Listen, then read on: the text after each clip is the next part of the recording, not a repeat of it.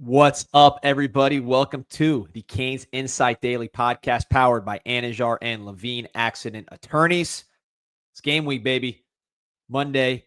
Hope you're having a good one as we get ready for one of the most important weeks in Miami Hurricanes football history as we gear up for Notre Dame on Sunday, August 31st. As you could expect, we're going to have wall-to-wall coverage, Hurricane this week, hype podcast, all kinds of stuff coming from CanesInSight. So keep that like and subscribe button clicking, because we are going to be on nonstop. Maybe keep the like button clicking. Just subscribe only once, and we'll be on putting out content. So appreciate everybody joining us. As always, we are brought to you by Andrade and Levine Accident Attorneys. If you or someone you care about has been injured in an accident, you could be entitled to significant compensation. Dial 1-800-747-FREE, 1-800-747-3733. Take back control of your life with Andrade and Levine. Pete, hop in.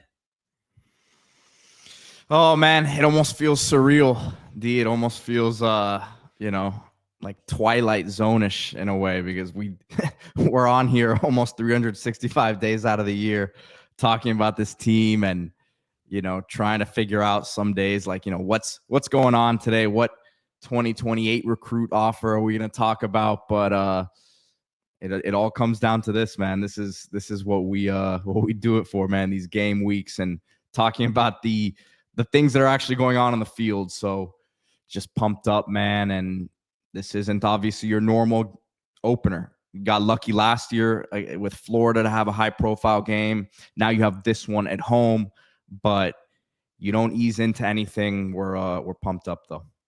Yeah, man, fired up. I go back to 2017 when we were doing this podcast last game. That was before you were an agent, so you're there and back. I was a lawyer. My skin had turned pale white being in office all the time. My kid was 3 years old, which is his 11th birthday yesterday. So my oldest one, my daughter wasn't even born. Middle one was 1. So yeah, man, it's been a while. It's been a ride, but we're right back where we started. Yeah, let's get into it, man. Game week. Shout out to Jordan Esteban, a member of the great Esteban clan. D.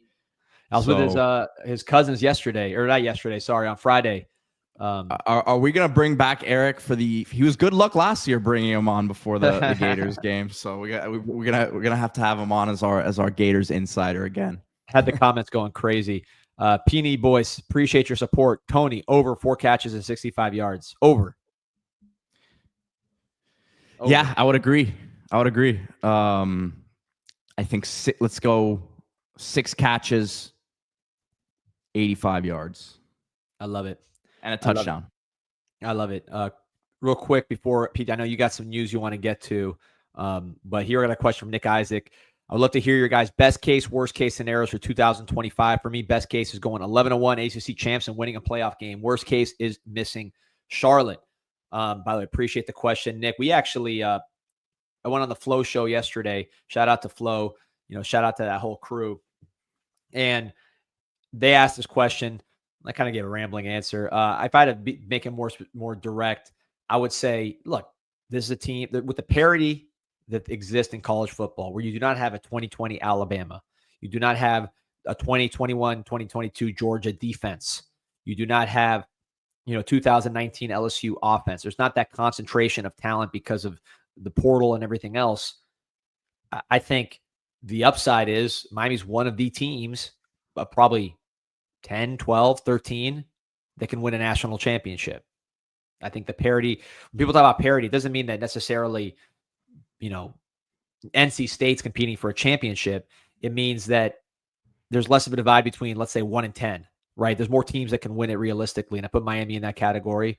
They're the top 10 team, according to pretty much everybody. They got a veteran quarterback. They got blue chippers commensurate with that ranking. So I don't think that that's unrealistic that they could win. I also don't think it's unrealistic they could not make the ACC championship game, miss the playoffs totally. That's happened every single year for the last 20 years. So I think both of those things could happen. I think they're realistic scenarios. I would say the first 2 non-conference games are pivotal for just kind of shaping the narrative, particularly the first one. I think you got to win the game, or if you lose, and this is a playoff caliber game, right? It's a close game that you walk away saying these are 2 playoff caliber teams, and a bounce ball here, turnover here, last drive here. It was the difference. That's to me how this one needs to go. And if it does that, you keep that momentum rolling, and obviously Carson Beck and key players stay healthy. Relatively speaking, everybody's going to have injuries, but nothing catastrophic. I think this is a team that should be favored in every single ACC game. Yeah, I think you hit the nail on the head there. If you do, because we haven't talked too much about the scenario of losing that first game, but if you do lose that game, the the mental fortitude of the team, a lot of what we've talked about Mario trying to build and what he seems confident is there in terms of the foundation of the locker room, that's going to be tested right away if that's the case. But I mean, I would agree with 11-1. Being as close to a best case scenario outside of going undefeated, obviously, that you can ask for. I said it the other day. That's my prediction is 11-1, which is a bit bold maybe, but that's how I'm feeling right now. And then worst case, there's a lot of worst case scenarios that involve injuries. I mean, what are we talking about there? But 8-4, you lose both games against those non-conference opponents that we've been talking about, and then you slip up a couple times in the ACC that we've seen them do before. So that's probably what I would say. But 11-1 is where I'm leaning right now. Love it. I love this version of Pete. So Pete, listen, on your Discord, you reported some news. I don't say broke some news, but you identified some news that I don't know people are talking about, which is pretty important news that you put on there on the Discord first. So tell us about what's going on here and what you put out there. Yeah, like you said, I didn't necessarily break any news here, but Mario was on with Joe Rose this morning at 6:20 a.m. We talk about these interviews. I think you and I both enjoy them because Mario, it tends to be a little bit more open with Joe, and Joe knows the way to ask questions and things like that. But and I'm sure, by the way, that Joe's given a list of things not to ask before he goes on. But in this particular case, he was asked about Mario from Joe was asked, talk to me about Malachi, Tony, Josh Moore. Do we expect those guys to play early? And he said, we do. They've both been phenomenal, very hard workers. Gave that answer about them. And then without another question being asked, near the end of that answer says, let me pull up the exact quote. But he said, guys like JoJo Trader have stepped up and had a great camp as well. We feel really confident about our wide receivers. So went out of his way to mention JoJo, say that he stepped up and had a great camp. And look, D, this has been a question that's asked, has he been healthy and all that? Obviously, we aren't always like super, hey, this guy's didn't practice today and he's dealing with this injury. But I think we are pretty good with like giving enough clues like, hey, don't worry, like this guy's going to be all right. Like he should be good to go. This isn't something you're looking at that's like going to linger into the season. And, we tried to give as many hints as we could without being, without saying that we were freaking out about the situation. But this is important. I think obviously there have been some missed reps there, but it sounds like he's been back, been moving good, and that connection's been strong with Carson Beck, who we know is a huge fan of his behind the scenes. Yeah, Nick Isaac mentioning JoJo posted a picture of him practicing last week. He's going to be ready to go Sunday. I expect him to be all systems go, just like Mario said. I think he's going to be very hard to cover. He's probably the most athletic receiver on the team, along with Josh Moore, probably the most athletic receiver on the team, pound for pound. He can adjust to the ball. He's a natural playmaker, and he's someone that Notre Dame's got to be worried about. And that's pretty much the bottom line. Yep. Agreed. Sorry, we're getting a text about one of these situations here. Everything good? Everything good? Yeah, everything's good. Everything's good. All right, yeah, let me know offline so we could deal with it. Bagging up saying JoJo has to step up this year or get left behind. Number 2 rated receiver in the state coming out of high school, doesn't want his legacy being an often injured, unproductive receiver. Yeah, I mean, look, for the second year, last year he had the number 1 passing game in the country with 4 veterans ahead of him. He got an opportunity in the bowl. He looked great in the bowl. Now we ride, right? I mean, now it's the season. So I think he he has a chance to make a lot of plays. I think he's extremely, extremely just hard to cover, man, because of the change of speeds, because of the body control, because of the way he gets in and out of breaks. He's a unique kind of mover. Trying to compare him, he just looks like he's not moving fast, but he's running by guys. Jacoby George had some of that. Stacey Coley had some of that. But he's more talented than that. So, I mean, backing us, or Bugs of Plenty saying JoJo's the wide receiver version of Joe Yearby. Jeremiah is Dalvin Cook. I mean, Jeremiah is Dalvin Cook. I would agree with that comparison. JoJo, much more athletic than Joe Yearby. I mean, this is a really, really athletic, talented guy. Again, Jeremiah Smith is the #1 player in all of college football. But JoJo's not like some kind of, overachiever, undersized guy. This guy is extremely, extremely athletic. And he's going to have a chance to show it. There we go. Our boy Steve-O was on yesterday, did a great job saying smash that like button. Comment on this matchup, backing up, saying that Notre Dame says they have the 2 best cornerbacks in the nation and one of the best safeties we will see come Sunday. I mean, they had a great pass defense last year. I think I agree with Mel here. Leonard Moore is one of the best cornerbacks in the nation. Gray on the other side, is shaky. We played some good corners last year at Miami. If you think about it, California's entire secondary got drafted. Virginia Tech had secondary guys go transfer up and get huge bags. Florida's secondary stunk. Florida State's secondary was actually pretty good, but no one really stopped. The Hurricanes, even the teams that beat us didn't stop the passing game. So, a good passing game with Shannon Dawson with a first-round quarterback and receivers that can get open, and most importantly, a running game that keeps everybody honest and an offensive line that protects the quarterback. You're going to have a chance to get open and catch the ball, especially when you have a playmaker like JoJo Trader. And feels good to be able to talk about him again because how many JoJo Trader questions did we ignore in the chat? Probably like 75, a lot of times from the same person. But yeah, man, it's it's nice to see. Listen, I did say like 2 weeks ago, I was like, we'll probably be hearing some more from everyone, the guy that everyone's asking about in the next week or so. So tried to give hints, but you got to be tuned into all these shows to really catch a lot of the stuff and piece it together. And look, and Notre Dame's going to be preparing. The truth is, if Notre Dame wants to key in on one receiver, I wish them luck. That's not really how Miami operates. Their Carson Beck operates. This guy's a guy who spreads the ball. This is a guy who's got to find the open man. Even when he had Brock Bowers and McConkey, who are obviously elite level weapons, he wasn't the guy to me that locked on. I mean, they got open, so they got the ball, but he wasn't someone that locked on like you saw TBD do with Restrepo and in the past some other guys. So, I think that if Notre Dame wants to prepare for JoJo or Malachi Tony or whoever, go ahead. But it's not like that easy. You gotta execute. They got great guys on the secondary. They had one of the best pass defenses in the country. We're bringing in a lot of new guys that they haven't really seen. It's go time. We'll see if they can get it done. Jordan Esteban asking, how explosive is JoJo? I haven't seen him enough. Big playability or more of a crafty possession guy? This is something we talk about a lot. He's an interesting one because he does have big playability, but he's not going to necessarily always run by you with pure speed or body you up. What he does have, he has very good change of speeds. I think he can manipulate defenders with, slowing things down and then speeding things up, kind of like you see a lot of these guys look like basketball players out there when they're running routes with like the crossover type stuff. I think that sort of stuff, he's crafty in that sense, but the body control, when the ball's in the air, he kind of floats and can snag the ball.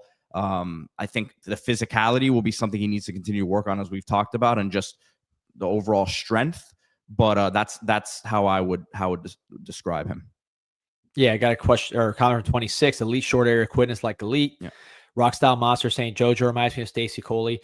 I would say that from an athletic standpoint. I actually think JoJo's a little more athletic, truthfully, just in terms of like jumping and all that kind of stuff. Pretty similar though. I mean, Stacey Coley was a really good athlete, but it's the same way where Stacey Coley didn't look like he was going fast, and you take a screen and you take it to the house. So I see a lot of similarities there. I mean, you saw it in the bowl game. He had 3 catches. I think one was like an out that he was wide open, or a comeback where he was like open by a mile. And then the other big one was that long catch from Cam Ward where he stiff armed the guy and spun off and scored a long touchdown. That's kind of what he does. He is not, I would not call him a crafty possession guy. I would say he's a big play machine. And that's really where he's going to make his name. Look at Stacy Coley. First year, he averaged like 17 yards a catch as a freshman. So 33 catches, 591 yards, almost 18 yards a catch, 7 touchdowns. I could see something like that from JoJo Trader. Just a similar line to that. Maybe more yards, maybe underselling him on the yards. But I could see something like that just in terms of the big playability. And this is a good comp too. I made this comp in the very long off season where STN says JoJo moves like one of the many comps to great NFL greats you've made, either recruiting wise or on Miami's roster. I think I even pulled up the Ocho Cinco tape from high school that I could find, but it's similar in that the one thing I see is really similar to Ocho is very smooth in and out of breaks, not the fastest.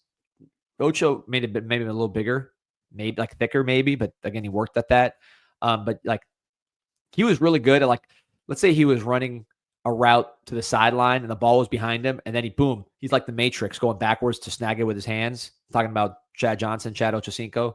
I could see similar plays from JoJo where like you think the ball's behind him or they think the ball's just out of range, and he makes some crazy adjustment, contortionist catch where he's able to bend his body fluidly and get to the ball. That's one thing that he has in his bag as far as adjusting to the ball. He's not like Josh Moore, who's, almost 215 pounds, is going to be mossing guys. He's not that kind of like contested catch kind of guy, but he has that very bendy, coordinated way of getting to the football.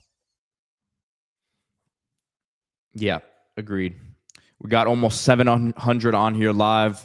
D, remember to hit that like and subscribe to the channel. We have a big week this week. Obviously, it's Notre Dame week. We have Hurricane. So that's our marathon that we do. I guess technically we started it last year.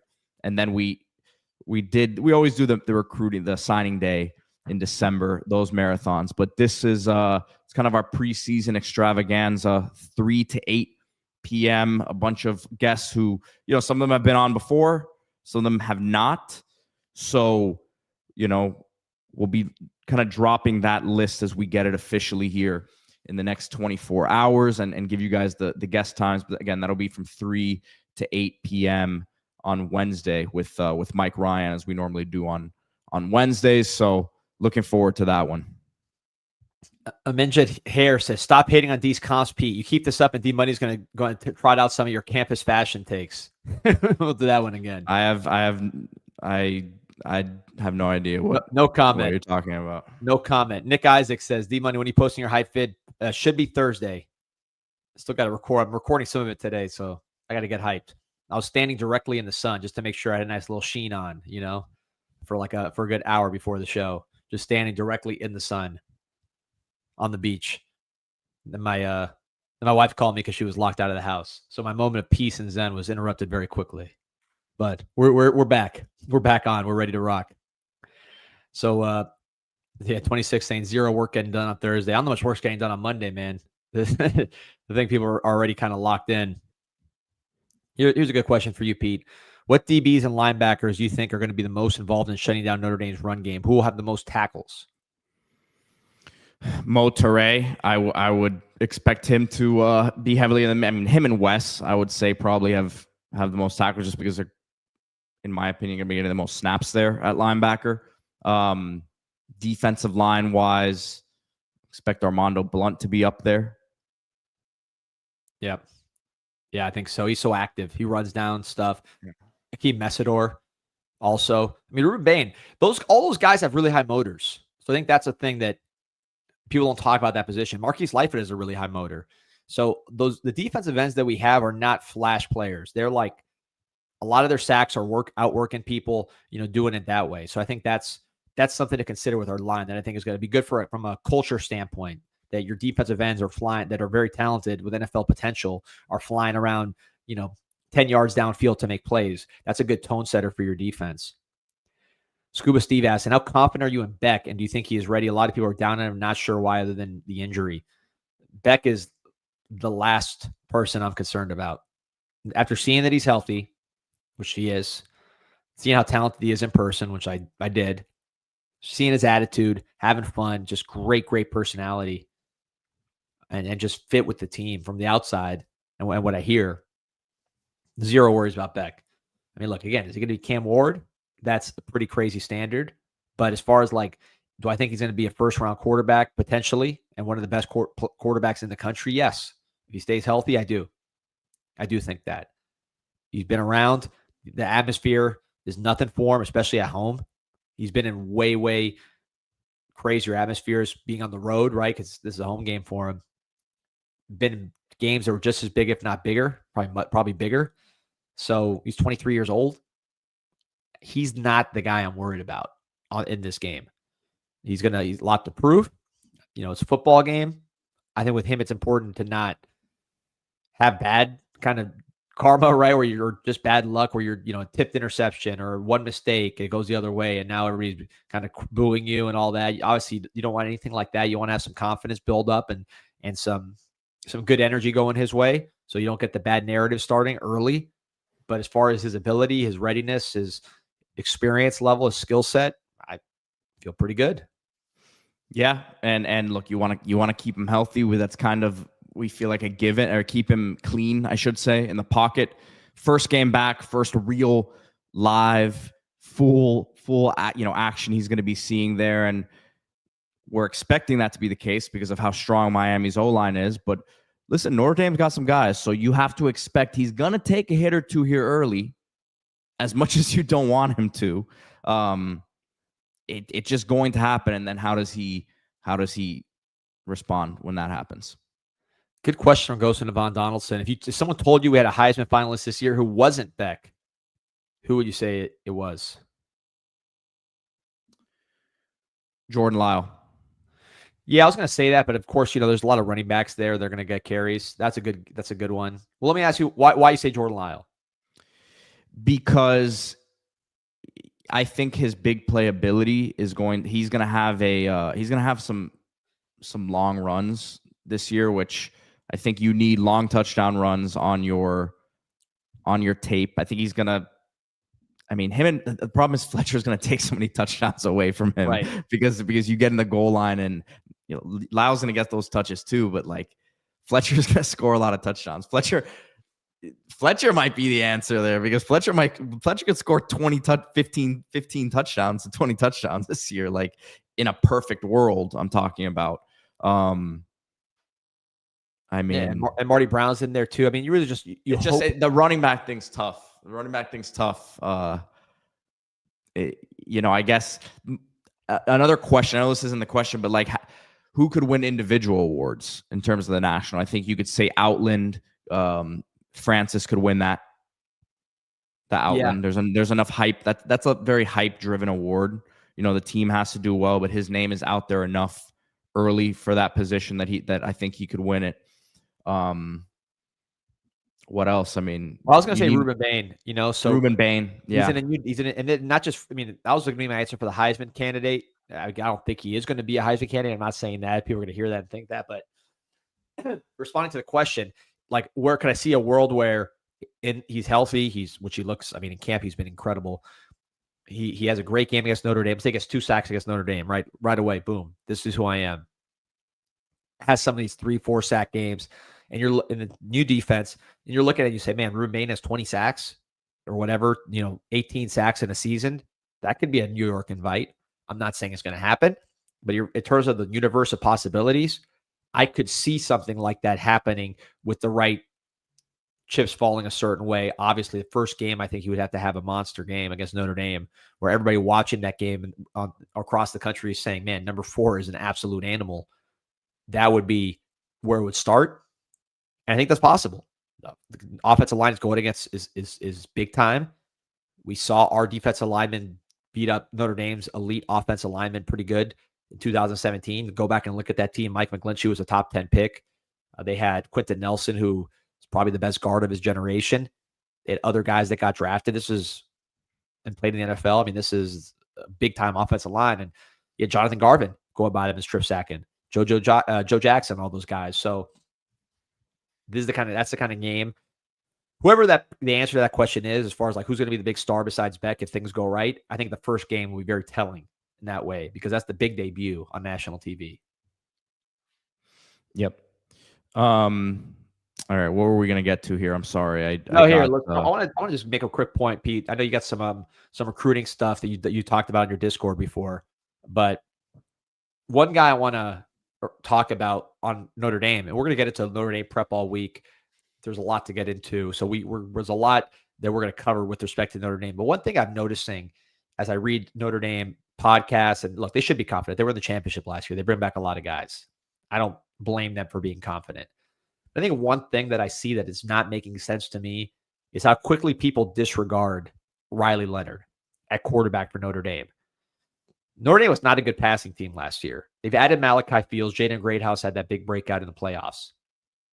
But I'm getting a sense from Notre Dame. They think they're going to become a good passing team from a bad passing team by replacing Riley Leonard. And the Riley Leonard overall was a net negative basically on the offense. When you look at it, Riley Leonard was really the best player on their offense, the most valuable player. He was Tebow. If you look at, first of all, he got drafted in the NFL. In a good way, I'm talking about Tebow. Yeah. No, I hear you. And he got drafted in the NFL. He's played great this preseason. Made a lot of throws. He's going to make that team. He was throwing the ball. He was throwing the ball to Duke when he was a one-man team. So, yes, was he like the best passer in the world? No, he was not. But he had enough arm talent and ability to go to the NFL and to succeed so far in preseason, throwing some bombs, threw a bomb to Laquan Treadwell the other day. The running part of it, he was their most valuable runner. Jeremiah Love is a stud. He's in the first round conversation for a reason. He scares me to death. He can break open the game against Miami with one run. That's all true. I don't think that's hype. But he was hurt in the playoffs. Their best runner in the playoffs was not Jeremiah Love. Their best runner in the playoffs by far was Riley Leonard. That's who they went to. That's who carried them to the championship game on offense. So this idea that you have a true freshman that's never thrown a pass, and he is going to improve the passing game from Riley Leonard to the point where the offense is as good as it was last year, I don't see that when you subtract the running from Riley Leonard, at least not early. So that's one thing, a guy that I just think's not being given enough respect in these conversations is Riley Leonard. Yes, Malachi Fields is going to improve that receiving core. Jaden Greathouse, if he continues what he did in the playoffs and now what he did during the season, is going to be a really, really good receiver.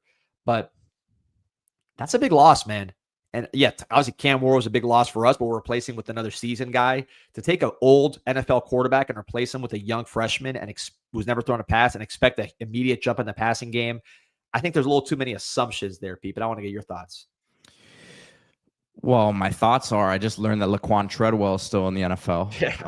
That was the first thing I learned. I just had to Google it when you said that he threw a touchdown to him, that Riley Leonard threw a touchdown to him the other day. But I agree with you. I've always been a Riley Leonard fan. When I was an agent, I was trying to recruit Riley Leonard when he was at Duke, when he was like maybe like 3 or 4 games into his career, just because I like the background. And this was when NIL was, a big thing in terms of, man, maybe I should have stuck with it. That would have been nice. That would have been a nice payday, I'm sure, when he went to Notre Dame. But no, he is a really, really top level athlete. Obviously, the passing game, there was inconsistencies there, but I agree with the sentiment you're talking about there.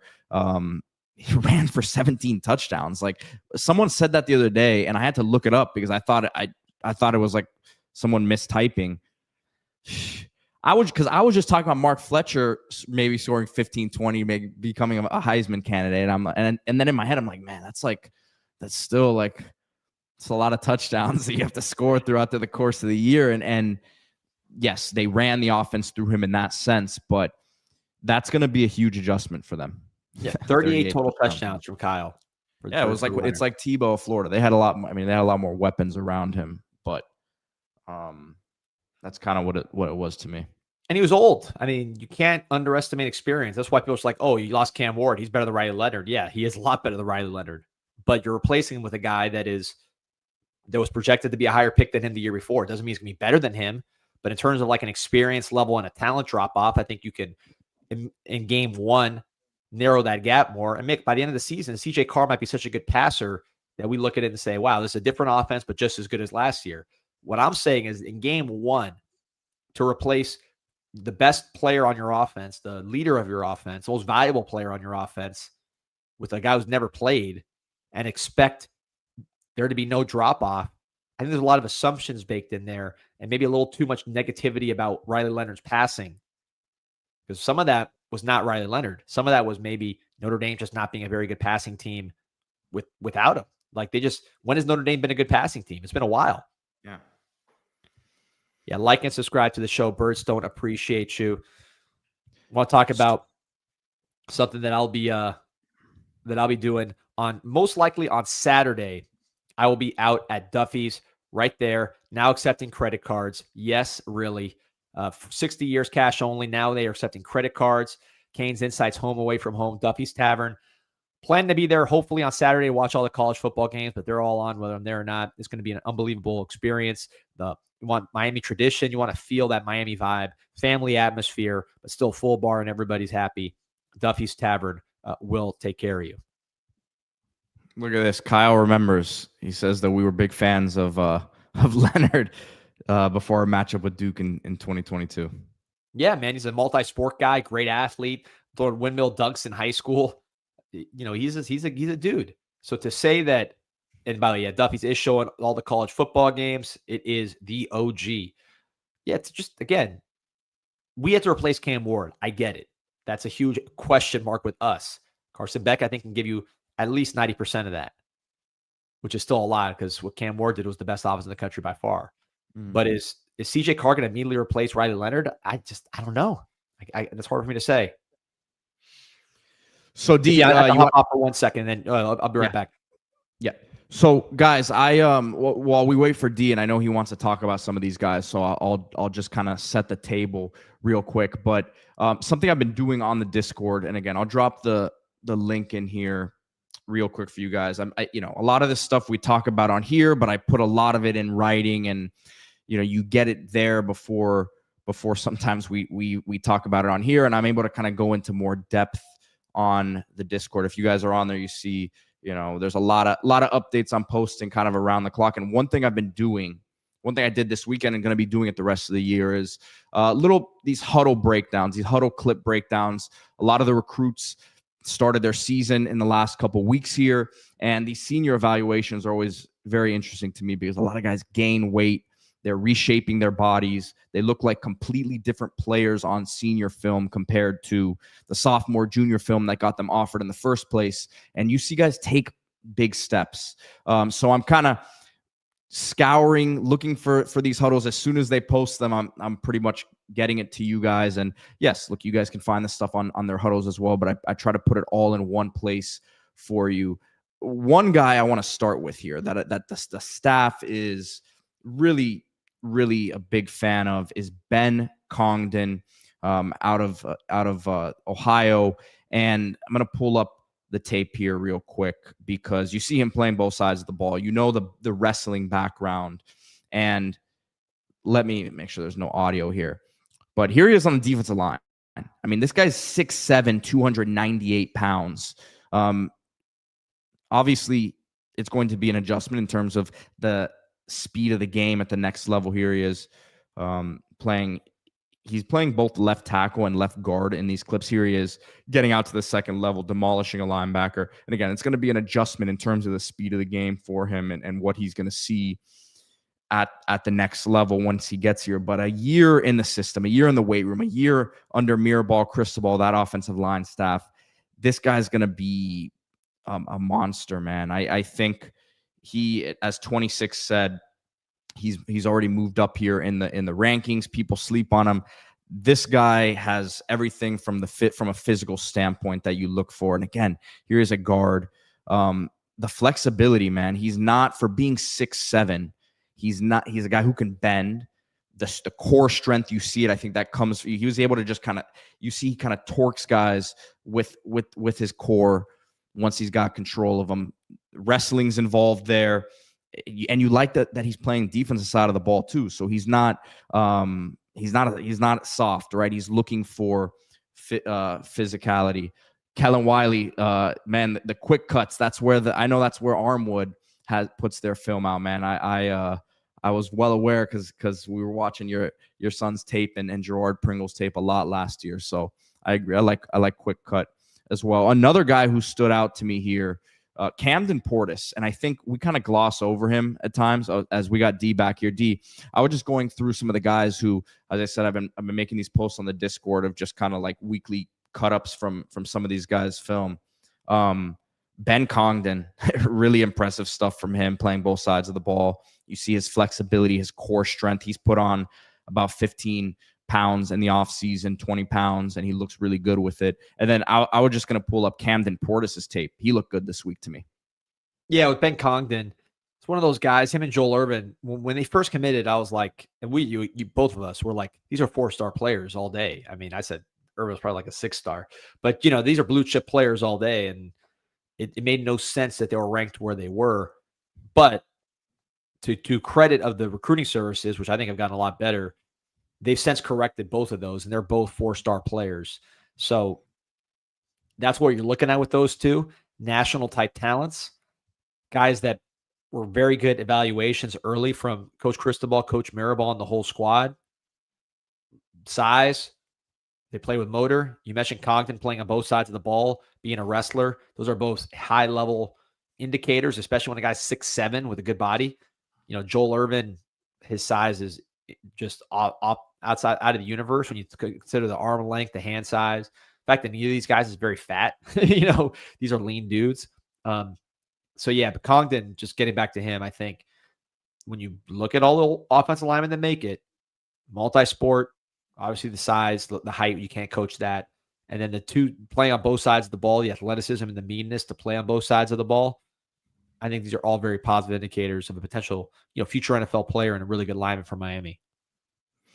So here's Camden Portis' clips, D, and he's pretty much working as a nickel in these. And then you see some stuff in special teams as well. But here it is. And this is good level of ball. Yeah, and one thing with Portis is he ran a 10.9. Yeah, he looks twitchy there. Twitchy. He ran a 10.9 in the offseason, which I think some people were concerned about his top end speed. But 10.9, that's good speed. I mean, it's not elite speed, but you're not running a low 4.5 when you're 10.9. Usually that's going to be more of the 4.4 range, especially with college strength and conditioning. He's still kind of a skinny guy. He's going to get bigger. But yeah, you like that. You talk about nickel, a guy that can rush the passer or blitz when he needs to. Somebody who can click and close. Just being on special teams. Yeah, this a lot of these guys play special teams, man, which I love. Yeah, Justin especially Edwards had the block punt for a touchdown this week. No doubt. I didn't mean to cut you off. Yeah, especially looking at nickel. You want guys with good instincts. And look at this. He forces the fumble here at the end. So this is all one game, D. This was a nice performance, slips the block, and then boom, gets his hat on it and forces the fumble, and they recovered and got the ball there. And then so that's, I think, and what I was saying when you were gone, D, is like some of these guys, you're excited to see what that senior film looks like because they've taken big steps. You mentioned the speed with Portis. He's put on some weight as well. Lanky. So that looks like, and yes, it's Clinton Portis' son. But that looks like a good early pickup there. Like, yeah, he committed last year. Yeah, and he's a 4-star player. I mean, it's not like some of these legacy takes. You think of a Michael Irvin 2, a Ray Lewis the third, the late Ray Lewis the third. Some of those guys were not Jeff James. They were not the highest rated guys. So Miami kind of stretched out to get him as legacies. But when you look at Camden Portis, he was a 4-star player. So other schools were trying to get him. Miami was able to win that battle, bring him home. But that wasn't like a legacy favor deal. That was, not saying the other ones were necessarily that, but just ranking wise, this one made a lot more sense. And then the last one I'll go through here. Maybe we'll go through someone else here too, but Brody Jennings, man. And it's hard to say he's like underrated is tough. He's a top 300 player who is committed to Michigan, but I think undervalued because like, I don't think people realize how good this guy can be. I'm pulling it up here, but you see right off the bat, the physicality here, just just staying right on top of the guy, using his length, and the ball skills there. And then look at this one. I mean, you see him highlight and you see him break and go make this tackle. I mean, he's eating up 10 yards in a blink of an eye. And then look at this here. Look how he's the first person down on this kickoff cover. I mean, he kind of disappears. It disappears for a second, and then he reappears 10 yards in front of everyone else, which you can just see his pure speed right there. So, yeah, man, he's a guy, and yes, it's 3 clips. I know how it is. These are the best plays. So you're not seeing when he's getting beaten, but you just see these traits, right? Like, you can't in high school, and I made this point on the Discord. You can't look at just stats. You can't look at just highlights. It's really everything together when it comes to evaluating a player. But the one thing you can take to the bank is the traits that show up on these clips. Yeah, and he's someone that his family's linebackers. Obviously, his late father was a great linebacker. His brothers were linebackers. His sister, I believe, is a sprinter at Miami, University of Miami, which is part of the reason why he's down here. I'm guessing the mom has some sort of track background. Would be my guess. Maybe I'm wrong. But you could tell he has both sides of that, right? He has the speed that his brothers didn't have. That's why he's playing corner at such a high level. But he has that linebacker mentality. So you combine those two things with the ability to cover, the ability to run, and then that linebacker just aggression and motor. You're doing pretty good at that position. I think this is the kind of guy we need more of. Guys that have, yes, they have the athletic ability, but they're aggressive, man. You don't have to push them. We didn't have a lot of that in the secondary, really on the team last year on defense. And I think this is someone who's a tone setter while still being athletically and from a cover standpoint, what you're looking for. So huge you get. He was committed to Michigan. What does Michigan do with guys like this? Think of how many guys Michigan gets like this that end up being like Sandstros on the Commanders. They get guys like this that are just great football players. They mold them into even better football players and athletes. They win a lot of games, and then they go drafted in the first, second day. When you take a player from Michigan, I think that's a very, very good sign, especially in this recent era. Yeah, just a lot of good signs here. Jackson Canwell looking like Jackson Canwell. Tyron Evans, I've been mentioning him a lot. I know you've been all over that since the beginning, saying how much the staff really thought they got one there. I don't know if you saw the picture I posted. Let me see if I pull it up. But he's looking huge right now. Like, you see it in his arms. He had a deep ball catch that, from what I understand, he was quiet most of the game. The team was having trouble getting things going offensively, but then pretty much made the catch to win the game. It was like a 45-yard bomb down to the 1-yard line where he just kind of ran right by the defender. But let me see if I can get this picture. This guy's a legit 6'3", 210 maybe. I mean, look at this. Look at the picture of this guy here. Again, you get him out of. He was committed to Tennessee, but I mean, look at the arms on this guy. Yeah, and the highest yards per catch in the On3 database. So that's pretty telling to me that he's not only productive, but he's productive downfield in an explosive capacity, especially with his size. You expect him to be a possession guy, but he can also get down the field. And I think with the rankings, you always want to get guys on the up. When you get guys on the down, that's usually a bad sign. Maybe the grades were bad. Maybe there's some character stuff. Maybe the size wasn't as what it was built to be, or the speed and the athleticism wasn't what it was built to be, and you got like an early bloomer that's just not that. Miami, I feel, for the last 20 years, and we've done this recruiting write-ups, I'll keep doing them, but we get a lot of guys on the down in terms of their stock. Tyron Evans, he's on the upswing. I think that's where you want to catch him, because the whole SEC, Tennessee was already on him. It's not like Tennessee dropped him. Tennessee wanted him. We came and got him. But I think the whole SEC was circling.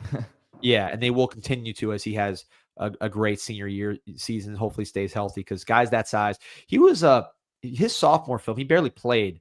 He was very much a late bloomer too. So it's not just that he's a riser. I think just in general, he's a late blooming kind of player, moving into his body and really becoming that receiver. So a lot of this is just continuing to progress, and who knows what he's going to look like by the end of his senior year. He might be the best wide receiver in this class for us, as far as our commits. We'll see. He certainly has the size. Kane Life asking about Breck Kaloje, obviously committed to USC, but are we still pursuing him? I would say Miami is gonna try to contain or remain in contact there, and would say that they're gonna make another run at it. Yep. A lot of comments, by the way, about the Notre Dame podcast saying the Miami's offensive line is overrated. I'm not sure what qualifies them to say that. Everybody's got an opinion. I mean, I guess we do it too. I'm not sure what they're talking about. If you look at just the size is there. So just the scale factor and the tape measure is pretty good on that. But if you're talking about, go ahead. I will say, D, and not to cut you off, but I think from what I've seen, a lot of what they're talking about too is about Markel Bell in particular, using his struggles against a Virginia Tech, for example, last year. And I know that one of those, I only know this because of my time as an agent. One of those guys on the ND Notre Dame show is a big draft guy as well. And I think he views a lot of it in terms of like, oh, I watched this guy and like he was getting beat by this other guy. And yeah, Markel Bell did have his early struggles, but if you go back and watch the tape like the rest of the year, he really solidified himself. And we know, because we're around, the confidence is sky high about him, and he's a different player. So like I think there's certain aspects of it too. And look, we do it probably on the Notre Dame side as well, right? Like, well, this was this group last year. Like we talk about the defensive line, and we've said stuff like that. They aren't like the most physically gifted across the line, but shoot, I still think they could give Miami some issues for as good as that offensive line is, because I've been rewatching some stuff, and like it's a pesky front, right? They've got some quicks up there. So like I think it happens both ways, but I think a lot of what I've seen is like Markel Bell related. And then the fact that, hey, you're also losing your starting center.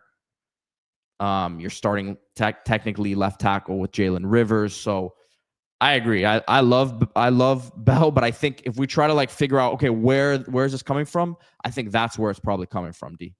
Yeah, look, no one's underrating Notre Dame's defense. They're top 10 defense last year. The defensive coordinator went to the NFL. So obviously they can get it done on that side of the ball. When I say that they're not super talented on the defensive line, I don't think that that's wrong. Those guys aren't on draft boards necessarily. They're well coached, they're productive, and they're going to give us problems. So that is real.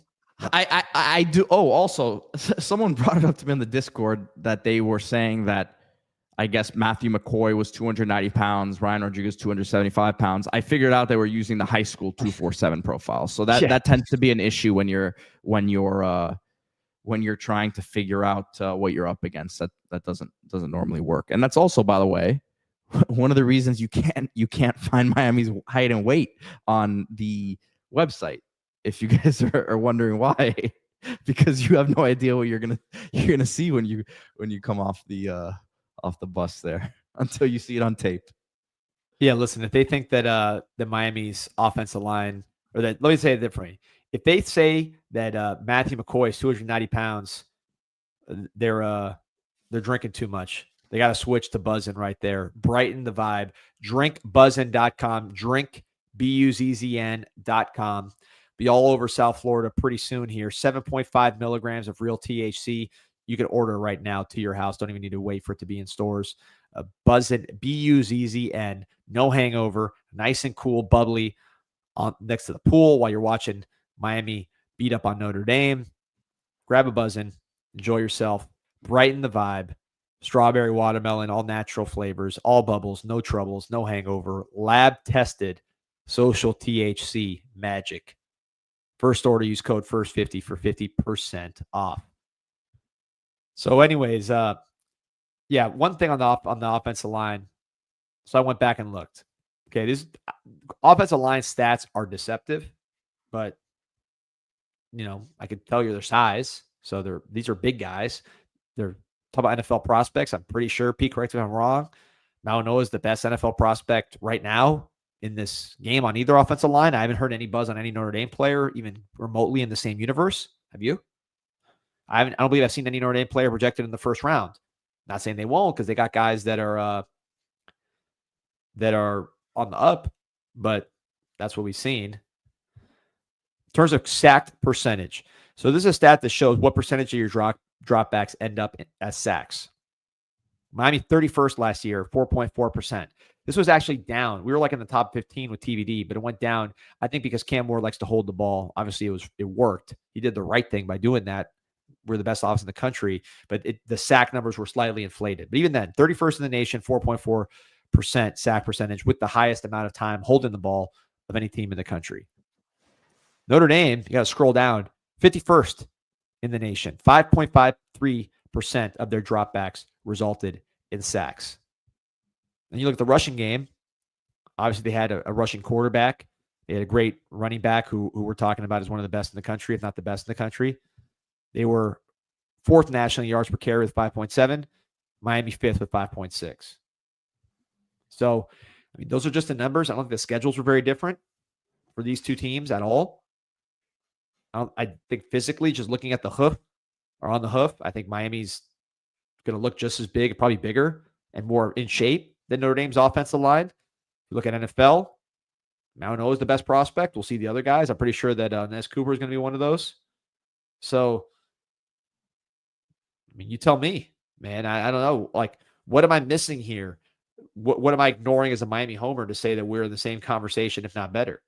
Like, where's the stat or NFL grade or just big monster that I'm missing here to say that the Notre Dame is significantly ahead? Because I don't see it when I look at the stats. Yeah, I'm not going to disagree with anything you said there. I respect the opponent, and I think they probably have some stuff up their sleeves, but I don't think that based on what we've seen from who's going to be trotted out there, that anything that we've said is incorrect. So, yeah, look, people are going to ask, "Oh, you're hyping up Miami. Notre Dame's good." I think this is a playoff type game. Notre Dame is a playoff caliber team. Obviously, they were in the championship last year. They're ranked top 5 this year. They're coaching. Mario said they were a drive away from winning it too. They're coaching. They're just the kids they recruit and the way they play the game. Outstanding. They are Florida. I disrespect Florida. I say is last year. I'm in the same boat. You remember last year, Pete? I think we win that game by two scores again. All summer last year, we said Florida sucks, FSU sucks. We said that after their spring game, like consistently the whole summer. Like, I remember we did the spring. That was one of the first podcasts we did because it was right when we made that full-time switch, and we watched. We had a neat graphic and everything for it. Yeah, we were just sitting there looking at those highlights, and we're like, okay, Florida State's offensive line looks terrible in this game. This is a spring game, and Florida just doesn't have talent. They were out there trying to convince us that Arlis Boardingham was just as good as Elijah Arroyo. We were laughing at him. You remember all that? So that was like, if a team sucks, I'm going to say they suck. Maybe I'm wrong, but that was my perception. Notre Dame is good.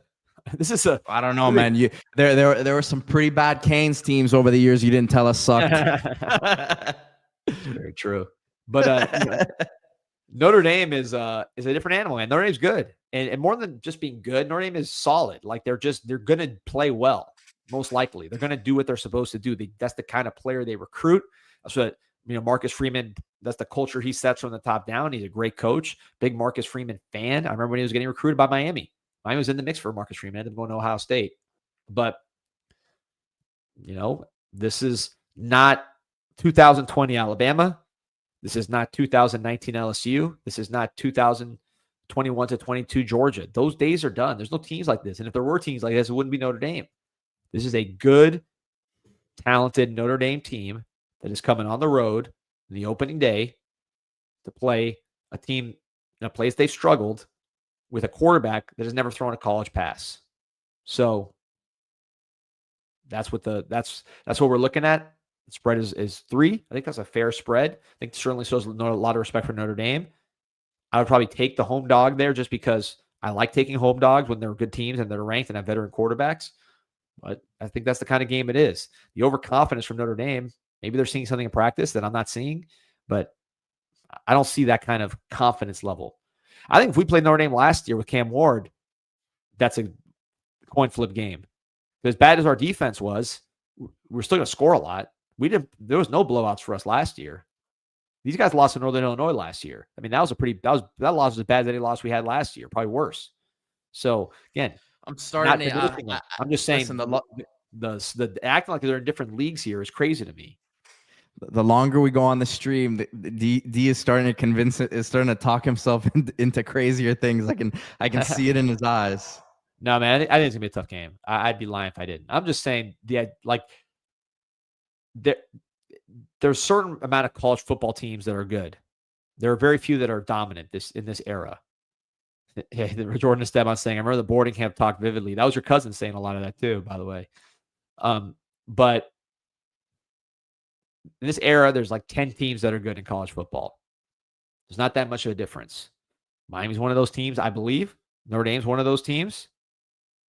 And we'll see where it goes.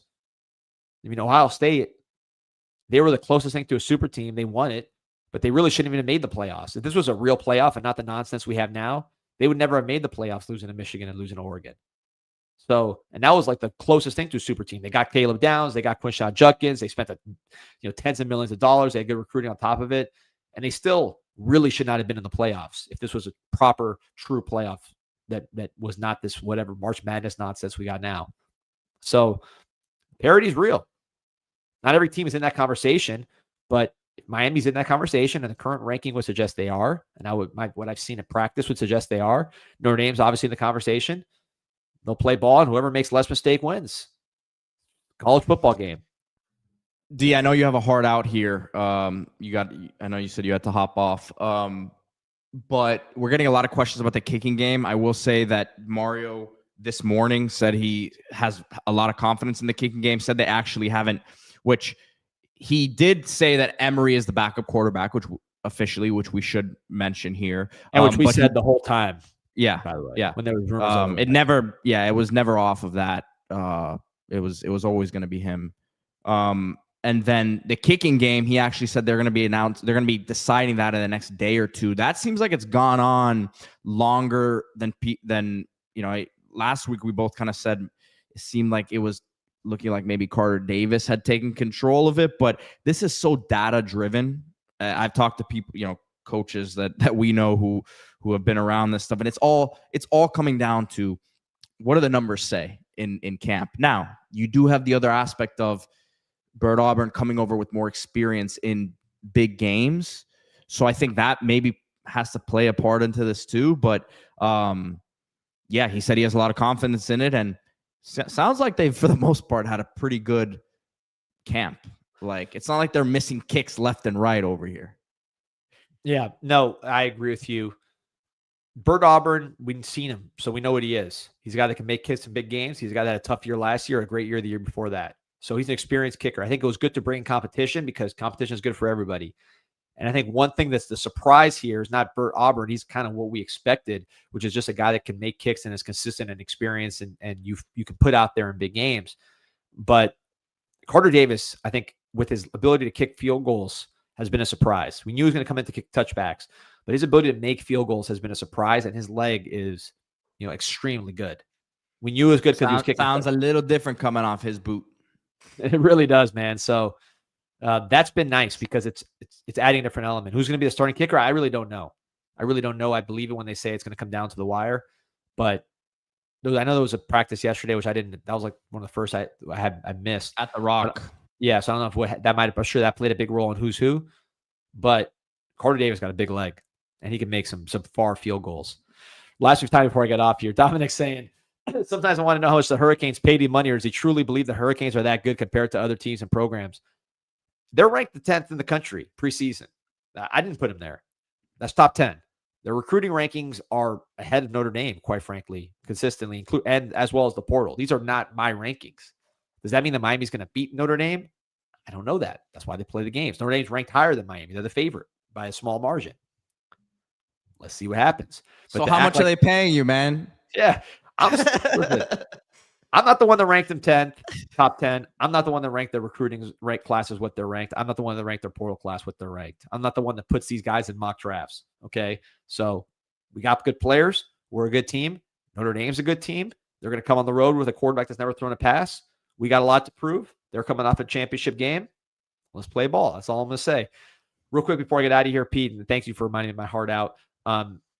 Team Store. You want to load up for the season? It's time. It's beyond time. 20% off, Insight 20. Use promo code Insight 20 online. You could also use it in the store. MiamiHTS.com is the online site. Store's right next to the University of Miami, next to the Thesis Hotel. 20% off your first item. I'm just scrolling through. All this is high quality stuff, getting ready to get back to school, back to the grind. Most people already back in school. We're rocking and rolling. So want to get ready for the season. You want to look right on Sunday, and then Saturdays after that. Miami Hurricane Team Store, MiamiHTS.com, promo code INSIGHT20. All right, Pete, send us home. Appreciate everybody. I won't end the stream early this time, which I've been doing. So look at this. I'm just going to quietly remove myself and then exit out. I'm not going to press that big bright red button that I've pressed in Colorado 6 times.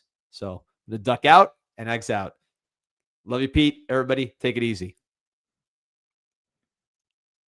There it is. He got off cleanly. Unfortunately, I'm also getting off now too. I'm going to come back on later, guys. Got some basketball stuff to talk about. I'll do some more Q&A with you all. But yeah, guys, hit that like button, subscribe to the channel. Go Canes.